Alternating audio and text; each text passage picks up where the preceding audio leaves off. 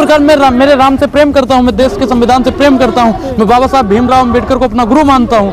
अब उसको कोई कह दे कि आप दिखाओ तो मैं वो दिखाना नहीं चाहूंगा। ये मेरी राम में मेरी आस्था है। ठीक, रोटी कपड़ा मकान मेरी जरूरत है। जब सब अफरा तफरी मच गई थी, भाग रहा था, तो सीना तान के अगर कोई खड़ा था वो राष्ट्रभक्त और देशभक्त के परिवार का था। जो राम को लाए हैं हम उनको लाएंगे। जो राम को लाए हैं नीरव मोदी, ललित मोदी, विजय माल्या, मेहुल चोकसी को ले आए, फिर वो राम को लाने की बात करें। याद है कुछ? आपको याद आया? याद नहीं आया होगा। डब्बा गुल याद आया? कुछ नहीं आया होगा। अब तो याद आ ही गया होगा। याद आया कि नहीं आया? प्रधानमंत्री जी से पूछिए, 2 करोड़ रोजगार देंगे वो मित्रों, करते थे कि नहीं करते थे? अंतर मंत्र पे हूँ, मेरे साथ अनुराग ओझा हैं, इनसे बातचीत करेंगे।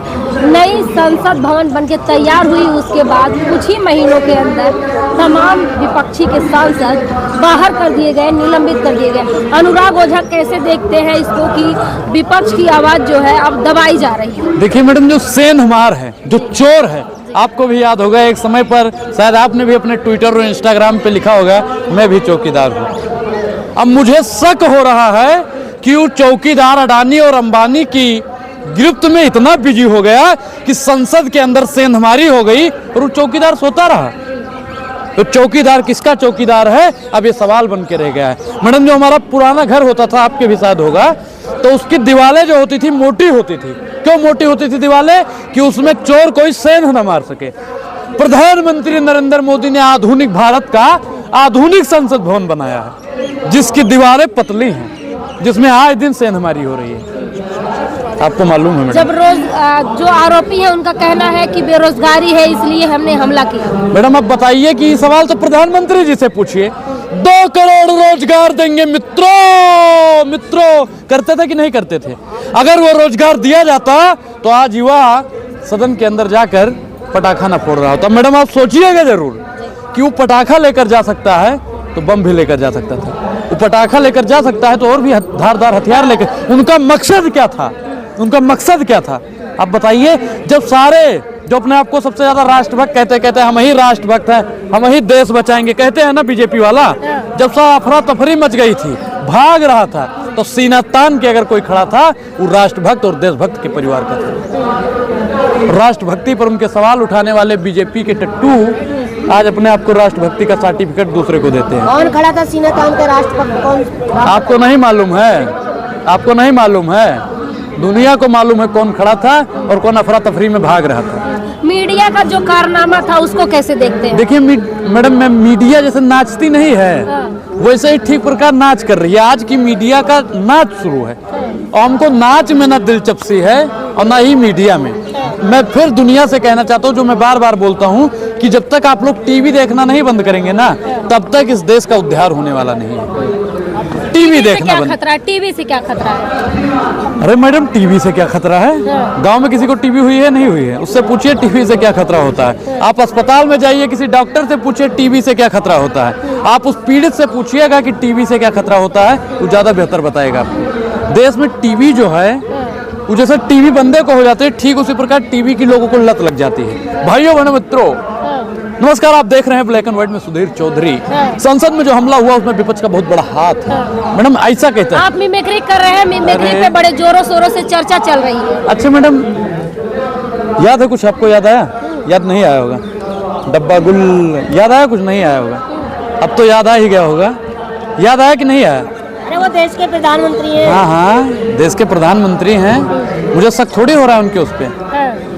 छाती 56 इंच की है। छाती 56 इंच की है। 56 इंच में मैडम कम से कम 4 फीट होता है, और जिसकी छाती 4 फीट की हो उसकी शरीर कितने फीट की होगी? कहा जा रहा है कि मिमिक्री से दलितों का अपमान हुआ है। मैडम, अगर ये दलितों का अपमान है तो आप मुझे बताइए कि राज्यसभा में ठीक मल्लिकार्जुन खड़गे जी को बोलने नहीं दिया जाता है, क्या वो दलितों का अपमान नहीं है? है या नहीं? आप बताइए कि संसद से डिम्पल यादव जी को निकाल दिया गया, क्या ओबीसी समाज का अपमान नहीं है? आप बताइए कि संसद से, सदन से इमरान प्रतापगढ़ी को निकाल दिया गया, अभी मुसलमान समाज का अपमान नहीं है?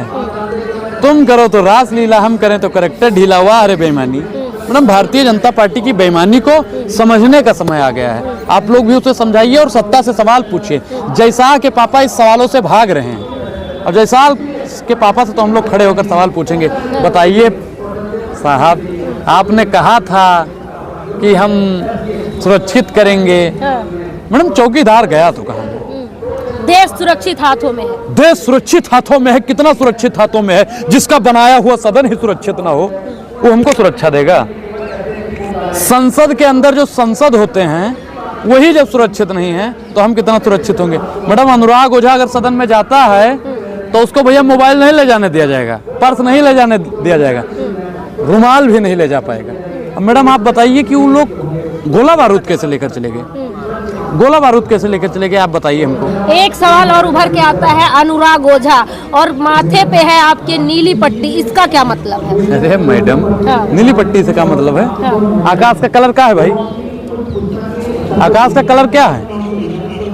एक सवाल उभर कर आता है, आपका नाम है प्रियंका और आपने पहन रखा है हरा कपड़ा, ये क्या है मैडम?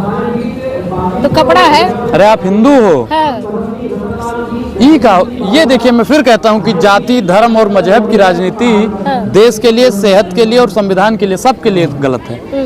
नीली पट्टी है तो दिक्कत है, हरा कपड़ा है मुझे दिक्कत है, नीला है, पीला। मैं फिर कहता हूँ कि आप लोग जो भारतीय जनता पार्टी की विचारधारा से चलती हैं, आपके पार्टी वालों को, आपको पठान मूवी से दिक्कत थी, आपको हमारी मीडिया भारतीय जनता पार्टी की विचारधारा पे चल रही है क्या? बिल्कुल। आप लोगों को जो हिरण जोशी जी लिख कर देते हैं उतना ही पूछती हो। आरएसएस की प्रयोगशाला से जितना सवाल आपको दिया जाता है उतना ही पूछती हो। अगर आप महंगाई, बेरोजगारी, हकीकत मुद्दों पे बात करो तो ज्यादा बेहतर लगेगा। अब मैं क्या पहनूंगा, क्या खाऊंगा, क्या बोलूंगा भाई, ये हमको संविधान अधिकार देता है नहीं देता है? संविधान कौन विरोध कर रहा है? याद रखिए, कौन समाज करता है? कौन समाज करता है? संविधान बदलने की बात करता है। कौन ब्राह्मण विरोध करता है संविधान को? कौन करता है मैडम? कौन करता है? क्यों विरोध करेगा? प्रधानमंत्री के करीबी ही बोले हैं कि संविधान बदलना चाहिए। तो प्रधानमंत्री को बदलना चाहिए। प्रधानमंत्री को बदलो, उनके करीबियों को बदलो, हमको क्या है मैडम दोष आरोपण कर रही हो? ब्राह्मण समाज किसी का विरोध नहीं करता है और जो ब्राह्मण है ना वो खासकर ब्राह्मणवाद गलत है, बाबा साहब ने भी कहा था। और जितने भी वाद लग जाए ना किसी में भी, चाहे वो ब्राह्मणवाद हो, चाहे दलितवाद हो, चाहे जो सा वाद हो, वाद विवाद दुनिया भर का झमेला है और इस झमेला को हटा देना चाहिए और देश को संविधान राष्ट्र। अनुराग ओझा अपने समाज को क्या मैसेज देंगे? मेरा समाज मैडम जागरूक है, शिक्षित है, पढ़ा लिखा है और मेरा समाज संविधान को मानने वाला समाज है, किसी फर्जी आबा बाबा टाबा को नहीं। अच्छा, विवेक वेंद्रा जो है उनका बड़े जोरों शोरों से वीडियो वायरल हो रहा है, वो भी आप ही के समाज से आते हैं और कह रहे हैं कि जो शूद्र होते हैं, अछूत होते हैं, उनको जो है हाई लेवल पे नहीं जाना चाहिए, उनकी मेंटेलिटी जो है इतनी मानसिकता तेज नहीं होती कि वो श्रेष्ठ बने। मैडम एक चीज बताइए कि संविधान ने सबको अधिकार दे रखा है, कौन श्रेष्ठ बनेगा कौन नहीं बनेगा। विवेक बिंद्रा किसी का मालिक थोड़ी है कि आप बड़का नहीं बन पाएंगे, आप छोटका बन जाएंगे, आप छोटका नहीं बड़का बन जाएंगे।